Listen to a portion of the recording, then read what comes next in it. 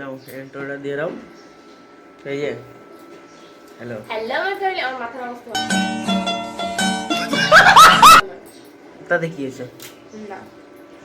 Hello আমার family, কেমন আছো তোমরা সবাই? আশা করছি তোমরা সবাই খুব ভালো আছো, আমরা খুব ভালো আছি। গুড মর্নিং জানিয়ে চলো আজকে একটা নতুন ব্লগ শুরু করা যাক। ব্লগটা দেখতে থাকো, আমার সাথে থাকো। আগের দিন কাঁকড়া রেখেছিলাম, তোমরা দেখেছিলে সবাই, কিন্তু খাওয়া হয়েছিল না। আজকে সকালবেলায় কাঁকড়াগুলো ঢাকনা সরিয়ে দেখি একটা কাঁকড়াও মরিনি।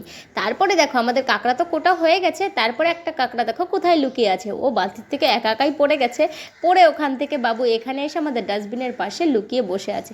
তারপরে আমি ঘর মুছতে গিয়ে দেখি কি এখানে কাঁকড়াটা এসে বসে রয়েছে। এখানে আমি মশলা কষানো শুরু করে দিয়েছি, কেননা সকালে আমাদের হাতে সময় একদমই কম থাকে, ব্লগও কম করা হয়। তোমরা একটুখানি করে ফুটেজ দেখে নাও। এখানে আছে কাঁকড়া ভাজা করে রেখে দিয়েছি আমি, আর এখানে আছে কাঁকড়ার ভেতরে যে শ্বাসটা থাকে ওটা বের করে আমি লঙ্কা দিয়ে ভেজে রেখেছি। এখানে মশলা কষানো হয়ে গেলে এর মধ্যে কাঁকড়া দিয়ে একটুখানি ঢেকে ঢেকে রান্না করব আমি।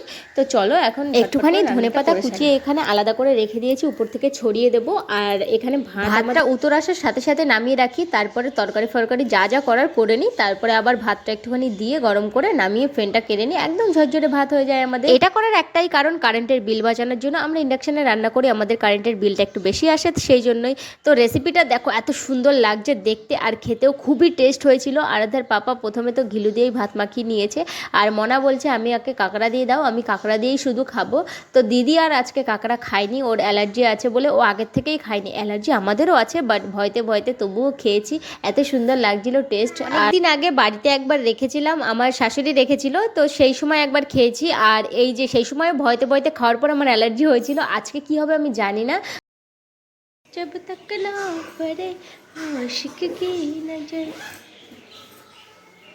আরে মাঝে মাঝে একটুখানি এরকম করে গলাটা ওয়াশ করে নিতে হয়, তোমরা করো তো? আমার খুব ভালো লাগে গুনগুন করতে সারাদিন বাড়িতে। আরে ভয়েস নেই তো কী হয়েছে, একটু স্বাদটা তো পূরণ করে নিই। আরাধ্যার পাপার দেখো ঠান্ডা লেগেছে অলরেডি, ও সকালে উঠে না হলে 100টা হাঁচি দেয় তারপরে যায়।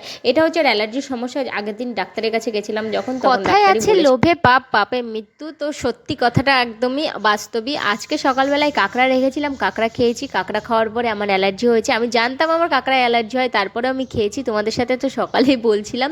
তো আমার সত্যি অ্যালার্জি উঠেছে, আর কান গলা দিয়ে একদম পুরো ফুলে গেছে, কথা বলতে পারছিলাম না, এত অসুবিধা হচ্ছিল। দিদি বললো আজকে রাত্রে তোরা রান্নাবাড়ার কাছে যেতে হবে না, আমি করছি, ঝটপট খেয়ে একটা ওষুধ খেয়ে নে। অ্যালার্জির ওষুধ তো দুপুরে একটা খেয়েই নিয়েছিলাম, আর এখন একটা প্যারাসিটামল খেয়ে নিচ্ছি। গলা পুরো বন্ধ হয়ে গেছে, গলার ভয়েস শুনলে তোমরা বুঝতে পারছো। আর এমন অবস্থা খারাপ আজকে সারাদিন, আমি মানে সেই সকালে খাওয়ার পরের থেকে সারাদিন আমি কিচ্ছু করতে পারিনি, আর শরীরটা খুবই খারাপ লাগছিল। এখন একটুখানি লুডো টুডো খেললাম, একটু মনটাও ভালো, মানে আমার রীতিমতো আমার জ্বর এসে গেছে, জ্বর পুরো গায়ে। প্যারাসিটামল একটা খেয়ে নিয়েছি, তো জানি না এখন কী হবে। আর এখন খাওয়া দাওয়া হয়ে গেছে আমাদের অনেকক্ষণ আগে, এখন আমার খিদে লেগেছে। আমার আমার মানু এখন কি বানাতে গেছে চলো দেখাচ্ছি। আমি বারণ করলাম এখন কিছু করতে হবে না।